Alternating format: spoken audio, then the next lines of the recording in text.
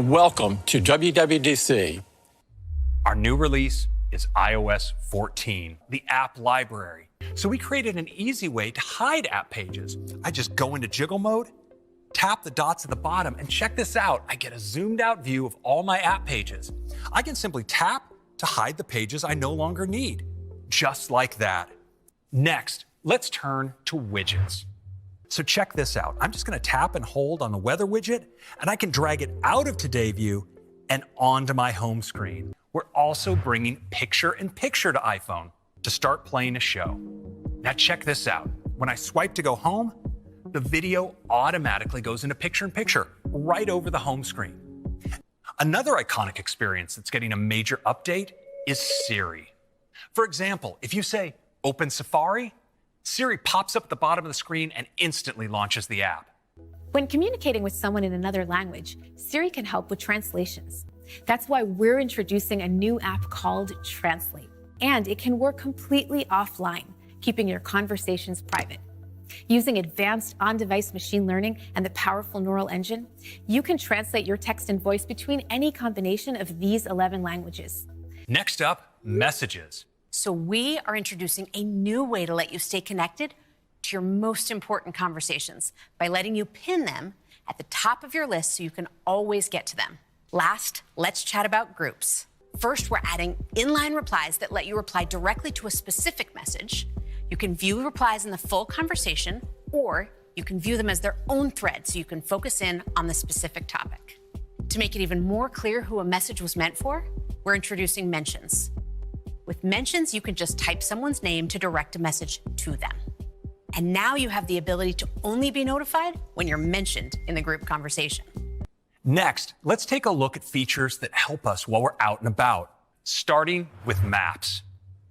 In iOS 14, the Maps team will be working with some of the world's most trusted brands to offer amazing guides. Guides for great places to eat, shop, meet friends, or explore in cities around the world. For environmentally conscious drivers, we're also introducing EV routing. If you have an electric car, Maps is going to help eliminate range anxiety. And now, on to CarPlay. We have new wallpaper options, perfect for the car. And we're adding support for new categories of CarPlay apps, parking, EV charging, and quick food ordering. Now you can leave your keys at home and unlock and start your car with your iPhone. It's super simple. It uses NFC, and you just tap to unlock. And I place my phone on the charging pad and then push to start. Now, let's turn to the App Store. An app clip is a small part of an app.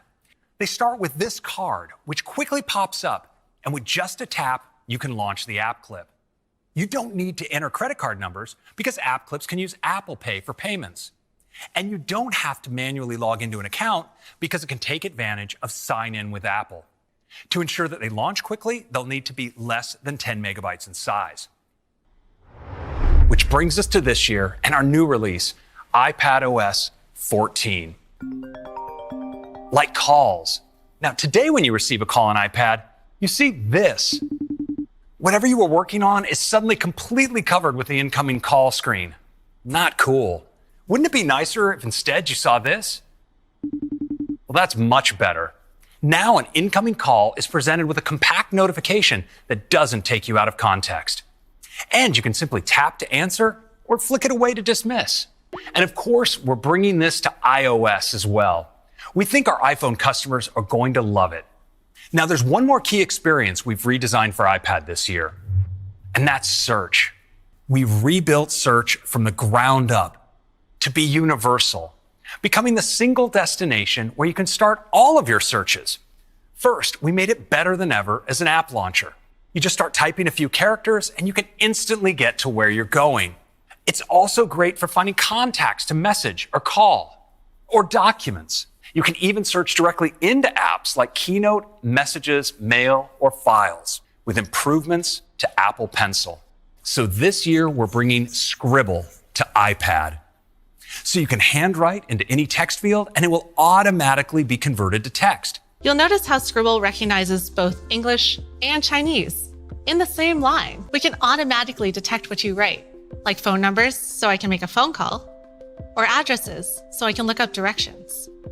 And of course, iPad users also benefit from the great features you already saw in iOS 14 and much more that we didn't have time to talk about. Next, let's talk about AirPods. Starting with automatic switching. Let's say you just finished listening to a podcast and you pick up your iPad to watch a show. AirPods will magically switch over. We're introducing face sharing. You'll be able to discover curated faces with third-party apps on the App Store, or discover a new favorite watch face right on a website, or receive watch faces directly from friends and family.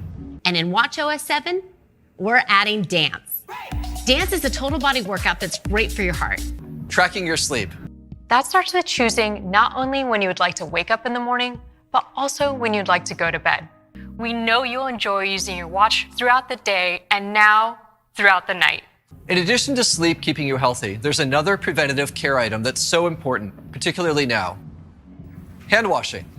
During this, you'll get a little coaching to do a good job. You'll see a countdown along with haptics and sounds to make sure you wash as long as you're supposed to. If you pause early, there's a polite note to keep washing. And when you're done, you'll see, hear, and feel it. At Apple, we believe privacy is a fundamental human right, so we build it into our products from the beginning of the design process. In addition to the option of sharing your precise location, you'll have the option to only share your approximate location with apps. Next, let's talk about tracking. So moving forward, App Store policy will require apps to ask before tracking you across apps and websites owned by other companies. And we're making gaming on Apple TV even more personal by expanding multi-user support. Now you can instantly resume your games exactly where you left off. Just open Control Center to switch between users, and you can now see your game progress, achievements, and friends. Our next release of macOS is macOS Big Sur.